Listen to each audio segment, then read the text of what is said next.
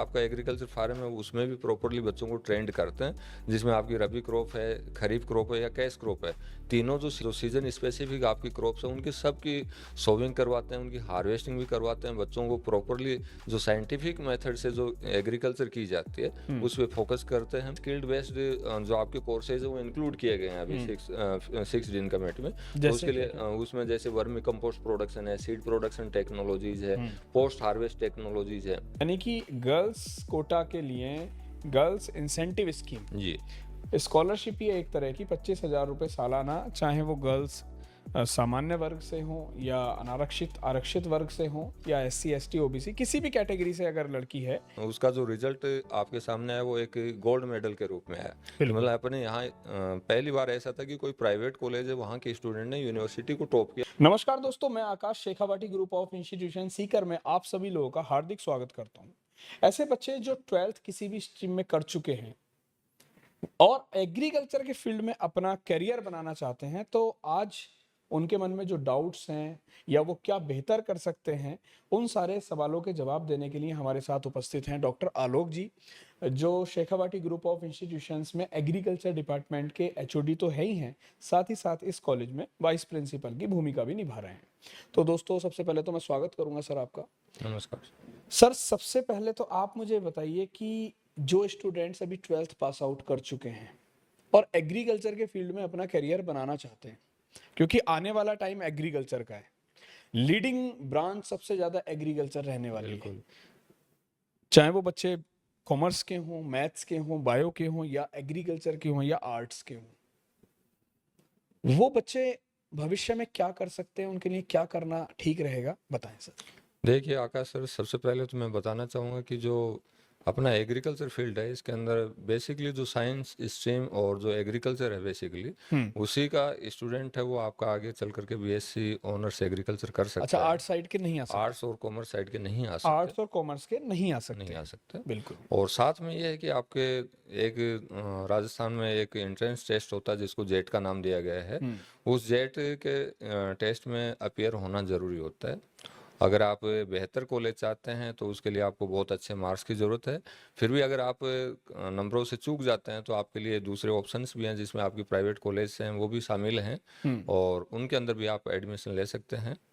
और जो डिग्री जो मिलती है वो आपकी गवर्नमेंट यूनिवर्सिटी से ही आपको अवार्ड होती है, इसलिए उसमें कोई दिक्कत नहीं आती आगे भविष्य में। बिल्कुल, यानी कि जॉइंट एंट्रेंस टेस्ट इसको बोला जाता है, जेट को। इस जेट के एग्जाम को मैथ, बायो और एग्रीकल्चर, यानी कि जिनके पास 12th में मैथ, बायो और एग्रीकल्चर है वही इसको दे सकते हैं। बिल्कुल सर। उसके बाद इस एग्जाम का रिजल्ट आता है और प्रॉपर काउंसलिंग होती है। बिल्कुल। काउंसलिंग के तहत आप सरकारी कॉलेजेस को सेलेक्ट कर सकते हैं या फिर प्राइवेट कॉलेजेस जो बेहतर सुविधाएं, बेहतर प्लेसमेंट्स के लिए जाने जाते हैं, उन कॉलेज को अपनी प्राथमिकता बना सकते हैं। क्या इसमें स्कॉलरशिप का कुछ प्रावधान रहता है सर? हाँ, इसमें जो अपने रिजर्व कैटेगरी है जिसमें आपका SC एंड ST कैटेगरी के जो स्टूडेंट्स हैं उनको समाज कल्याण विभाग की तरफ से है वो स्कॉलरशिप दी जाती है। बट इसमें जो गर्ल्स स्टूडेंट है उसके लिए राजस्थान सरकार की तरफ से एक गर्ल्स इंसेंटिव स्कीम है जो कि कृषि क्षेत्र में गर्ल्स स्टूडेंट को बढ़ावा देने के लिए चलाई गई है। उसके अंतर्गत हर एक जो स्टूडेंट है, चाहे वो किसी भी कैटेगरी से बिलोंग कर रही हो, उसको 25,000 पर ईयर स्कॉलरशिप के रूप में दिए जाते हैं। 25,000 पर ईयर। यानी कि गर्ल्स कोटा के लिए गर्ल्स इंसेंटिव स्कीम जी, स्कॉलरशिप ही है एक तरह की, 25,000 रुपये सालाना, चाहे वो गर्ल्स सामान्य वर्ग से हो या अनारक्षित आरक्षित वर्ग से हो या SC ST OBC किसी भी कैटेगरी से अगर लड़की है तो उसको, यानी कि फीमेल कैंडिडेट को 25,000 राजस्थान सरकार की तरफ से एक स्कॉलरशिप सहायता प्रदान करी जाएगी। जी। सर, BSc एग्रीकल्चर किस तरह से डिफरेंट है बच्चों के लिए और उसके बाद स्कोप क्या क्या रहता है, जॉब की संभावनाएं कहाँ तक है? BSc ऑनर्स एग्रीकल्चर है वो आपका 4 वर्ष का एक प्रोग्राम है और इसमें कुल मिलाकर के 8 सेमेस्टर होते हैं। और अभी जो फिलहाल जो सिलेबस क्यूरिकुलम है वो 6th डीन कमेटी के अकॉर्डिंग चलाया जा रहा है। इससे पहले 5th डीन कमेटी थी, उसमें आपका 3 इयर्स के लिए तो आपका प्रैक्टिकल और थ्योरेटिकल दोनों टाइप की एग्जाम्स होती थी 6 सेमेस्टर तक, और 7th और 8th वो कम्प्लीटली प्रैक्टिकल फोकस्ड होता था। बट अभी जो 6th डीन कमेटी आई है उसके अंदर हर सेमेस्टर के साथ ही प्रैक्टिकल अप्रोच वाले सब्जेक्ट्स हैं वो इंक्लूड कर दिए गए हैं। इसलिए जो लास्ट जो सेमेस्टर जिसको हम रेडी के नाम से जानते हैं उसको सिर्फ 6 महीने का कर दिया गया है। तो इसमें यह है कि साथ साथ में आपको हर ईयर में आपको अपना एंटरप्रेन्योर से रिलेटेड जो भी सब्जेक्ट्स हैं वो आपको सीखने को मिलते हैं, आपको हैंड्स ऑन प्रैक्टिस उन पे कर पाते हैं, तो आगे चल करके बहुत ज़्यादा मतलब आपका स्कोप का एरिया है वो बढ़ जाता है। क्योंकि जैसे आपका एग्रीकल्चर है तो उसमें अपन स्कोप की बात करते हैं, तो इसमें आपका गवर्नमेंट सेक्टर है उसमें भी उतना ही बढ़िया स्कोप है और आपका प्राइवेट सेक्टर के अंदर भी जैसे उतना सर ही किन बढ़िया किन स्कोप। कंपनीज में बच्चे अक्सर जाते हैं? जैसे गवर्नमेंट सेक्टर की बात अपन कर लें तो इसमें आपका जितने भी कृषि विभाग से संबंधित जो भी डिपार्टमेंट्स हैं या जो सीड से रिलेटेड जो भी डिपार्टमेंट है, जैसे नेशनल सीड कॉरपोरेशन है, स्टेट सीड कॉरपोरेशन है, या आपके एग्रीकल्चर ऑफिसर है, असिस्टेंट एग्रीकल्चर ऑफिसर है, ये सभी के लिए आपका बीएससी ऑनर्स एग्रीकल्चर का स्टूडेंट वो एलिजिबल होता है। बिल्कुल। और साथ में आप उन्हें जैसे आपका बैंकिंग सेक्टर है उसके अंदर आपका अलग से एग्रीकल्चर ऑफिसर के रूप में आपकी वैकेंसी निकलते होती हैं, तो वो एक स्पेसिफाइड उनके लिए। और अगर अपन प्राइवेट सेक्टर की बात करें तो जो सबसे ज़्यादा अभी ट्रेंडिंग में है, जो सबसे ज़्यादा मतलब आपका स्कोप वाला एरिया वो आपकी सीड कंपनीज हैं उनके अंदर। क्योंकि आपको पता है कि सीड के ऊपर लगातार रिसर्च जारी है, क्योंकि हमें मैक्सिमम क्या है प्रोडक्शन को इंक्रीज करना है, तो उसके लिए सारी जो सीड कंपनी जो अपनी तरफ से यथासंभव कोशिश कर रही है, तो इसमें एक बहुत अच्छा ऑप्शन है वो स्टूडेंट के लिए हो सकता है कि वो सीड प्रोडक्शन जो बढ़ाया जा रहा है उसकी जो प्रोसेस है उसमें शामिल होकर के रिसर्च के फील्ड में जाकर के उसमें अपना योगदान दे सकता है। बिल्कुल, यानी कि ठीक। प्राइवेट और गवर्नमेंट दोनों ही सेक्टर्स में BSc agriculture, BSc honours agriculture के स्टूडेंट्स अच्छा परफॉर्म कर सकते हैं। सर एक चीज और, Shekhawati group of institution Sikar जो राजस्थान का सुप्रसिद्ध कॉलेज है और स्टूडेंट्स की पहली चाह बना रहता है जी किसी भी कोर्सेज के लिए, चाहे वो प्रोफेशनल कोर्सेज हो, टेक्निकल हो, नॉन प्रोफेशनल हो। ऐसे में BSc agriculture Shekhawati group of institution Sikar का क्यों बेहतर है? हमारे यहाँ क्या ऐसी फैसिलिटीज हैं जो बच्चों की हेल्प करती हैं? देखिए, Shekhawati group of institution Sikar है, जो उसकी सबसे बड़ी जो खासियत है जो कि स्टूडेंट्स को आकर्षित करती है वो यहाँ का इंफ्रास्ट्रक्चर है। तो जैसे मैं आपको बताना चाहूँगा आकाश सर कि ये जो अपना एग्रीकल्चर डिपार्टमेंट है ये 2019 में स्टार्ट हुआ था, और उसी टाइम से मतलब हमने भरसक कोशिश की इसको आगे ले जाने की और कर भी रहे हैं। और हमने स्टार्टिंग का जो बैच था जो कि 2023 में ही आपका पास आउट हुआ था, पहला बैच था।